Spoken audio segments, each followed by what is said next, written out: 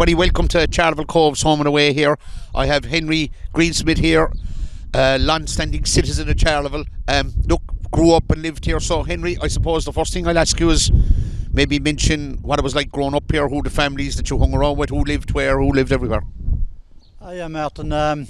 This was a very good place to live. Not alone did I live here, but I was born here in my grandmother's front room back in 1951. In 75, and it was a good community around here in Holy Cross. People were good to one another and they helped one another. It was a working class area. A lot of the people that came in here, they came in from the old Balls Lane and O'Gorman Square and all those derelict sites that were down off the main street in Charleville. That's where they used to live at that time, and when this estate was built, it was great relief to the people. They came up, they had modern, at that stage, houses, running water, and they had all those facilities, which were great. And it really developed them as a community. Now, as I said, I was born in 75, and down in number 1, which was only just down, a few doors down from your grandparents, they lived a very important woman to the town of Charleville and the locality at that time, and that was a Nurse Davern. She was a midwife. So I'm sure people watching this and listening to this will remember her, because I'm sure she assisted in an awful lot of their births. She was a very, very loving and caring nurse, even though I didn't know much about her. What house was she living in? She was living in number 1, Jackie Louis' mother. Oh, right. You know, the famous Jackie, him. And there were lots of families here, lots of sporting people came out of Holy Cross. You had people that played with Cork at different grades. When you look at it, the Mick O'Toole's, the Dan O'Mahony's, Mick Kearney, they all played for Cork at different stages. And you had an awful lot of people living in Holy Cross that were part of the great Charleville teams down through the years. You had the Bud Leahy, Lord of Mercy, died a very young man, who was an exceptional player. You had Mousy Ryans, the Connie Curtins. They were all part of it and built it up. You had the Madigans, which were a very talented family. You had John, played with Munster against the All Blacks. You had Gerard, the most talented player in any sport. He played hurling, he played rugby, he played soccer, he played youth soccer for Ireland and college soccer for Ireland. A gifted sportsman.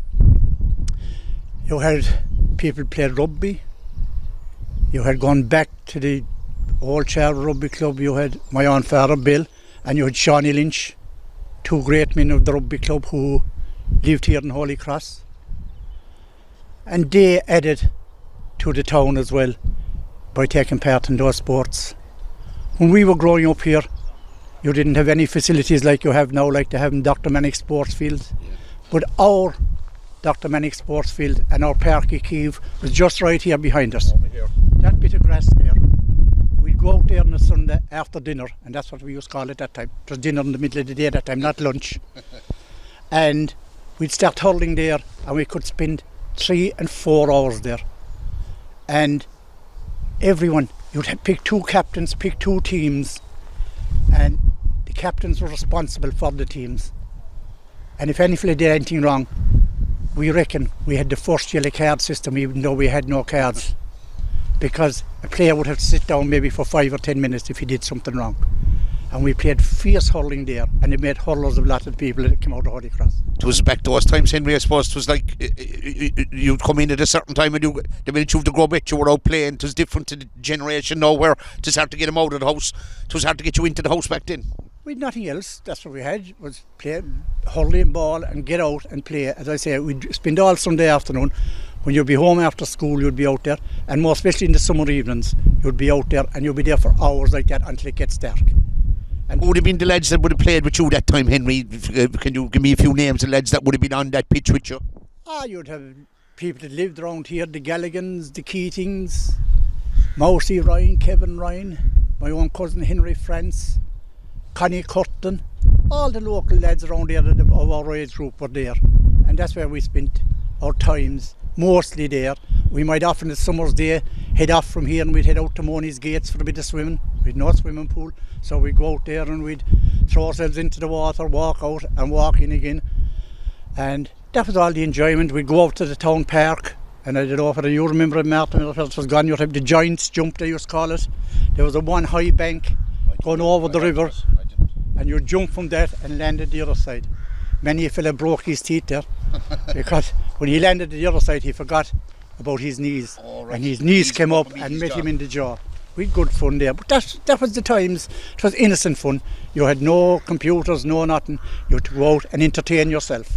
I remember, look, in my time I remember, I don't know, did it go on then, Paddy, remember it, Seamus, where you had soccer matches between Kennedy Place would play Holy Cross and Mannixville would play. Was that going on that time, or? It was, no, that was, because I even remember in my father's time seeing old photographs of he playing with Harrison's Place in a town league. So that just go on then too. Brilliant, yeah, I remember that. Likewise, when we were growing up, we didn't have as much hurling underage as they have now. Youngsters are starting off at 6 and 7 years of age now. We used to play competitive until we were about 16 years of age. But you always had the street leagues run by Sean Clark's. Denham Mahoney used to always run them, like, you know, and they were great. Pick teams, and you'd go out there and you might have 4 or 5 games in each tournament, and you'd play them away there and to keep you going all through the summer. But you know, they were times, different times, and you know, people say tough times. They were tough times, but it was tough for everyone, because here in Holy Cross, I don't think anyone had anything any more than everyone else. We were all a working class community, going out, working hard. People worked with farmers and they worked at different things, and a lot of people immigrated. Some of them never came back, would come back for a holiday, but they still like to come back to Holy Cross and go around and meet the people that they remember growing up. So they do. My own family, a lot of my aunts and uncles went to England. My father went to England for a short time, came back. When Golden Vale came up, he came back and got a job in Golden Vale and worked there. I had aunts and uncles, and they went to England, and they didn't come back until they retired. Some of them came back and to live in Holy Cross, bought houses that were up for sale here in Holy Cross and lived here.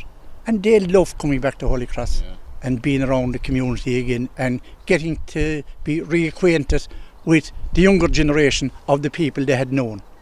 Because they were great characters here in Holy Cross. You had just up the road here, you had John Joe Shudden. John Joe's family were tinsmiths. And we'd all love to be in John Joe's good books, because John Joe would be going out to the local creameries, doing repair work and things at the creameries. That time you had no fitters or anything, to just a tinsmith job. And John Joe would carry you off for a day. You'd be going over to FNR, Patrick, Kilmallock, over to Elton and Knocklang with John Joe, and he'd be doing all the repair work out there. And by God, used to be thrive on cream. When the separation would be going on in the creameries, you'd have bottles, and they'd fill the bottles with cream for you to carry home. And we'd be drinking cream like it was honey.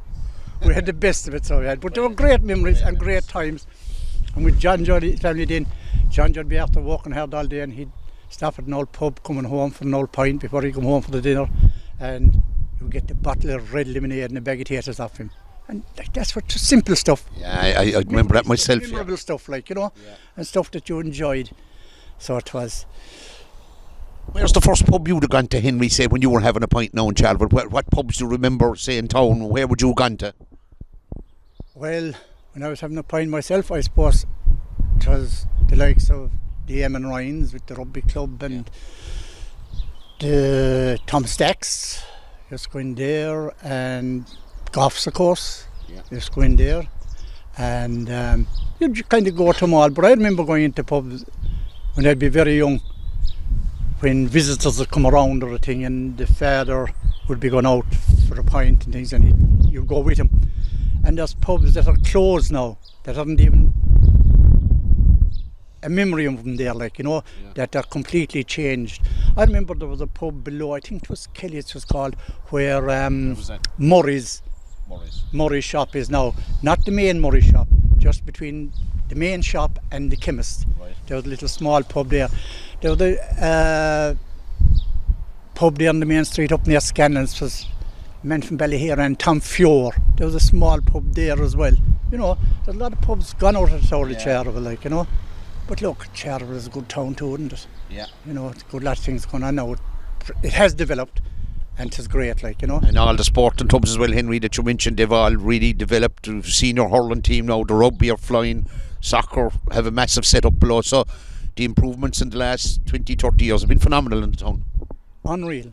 But like, it had to take time, like, I mean, so when you look at where we came from, things had to progress very slowly, like, But like, there was great men involved in all those down through the years, and they worked hard at it, and that's there today standards, the memory of what they have done, like, and the facilities here in this town are as good as you get in any town in Ireland. So I mean, so I just came in now from the rugby club. There was an underage blitz on there. There must have been 200 kids there, from the likes of Bruff and Kanturk and Charleville, and they're playing rugby like from 6 years of age up, like, That's what it's all about, and that's what you need for the kids, and to keep them involved that way rather than sitting inside with computers and things, But yeah, Holy Cross, I suppose.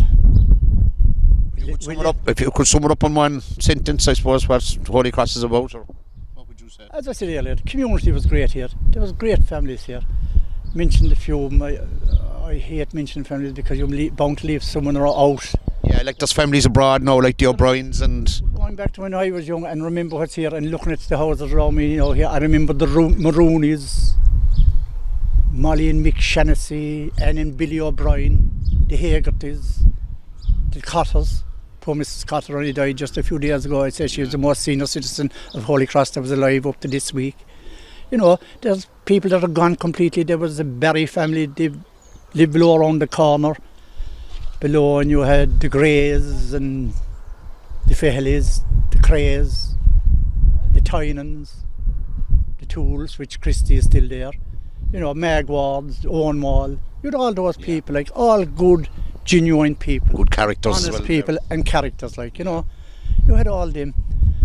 And they're the people you think back about when you're talking about Holy Cross and you're talking about what went on here down the years. But there's an awful lot of families here now too, and their children are still living in the houses. Yeah. They have stayed on. And the last one, as they said, to leave the clutch, just stayed, and that was it. And it's nice to see that too, that the tradition is still lingering on here, and the traditional names are still held here. Because I think that's important in an area that you can always relate back to what we had and to who was here and to what they did and things, like, Yeah, it was good. Listen, Henry, I really appreciate fantastic having a chat, and look, Henry Greensmith, thanks very much. Pleasure. Thank you. No problem.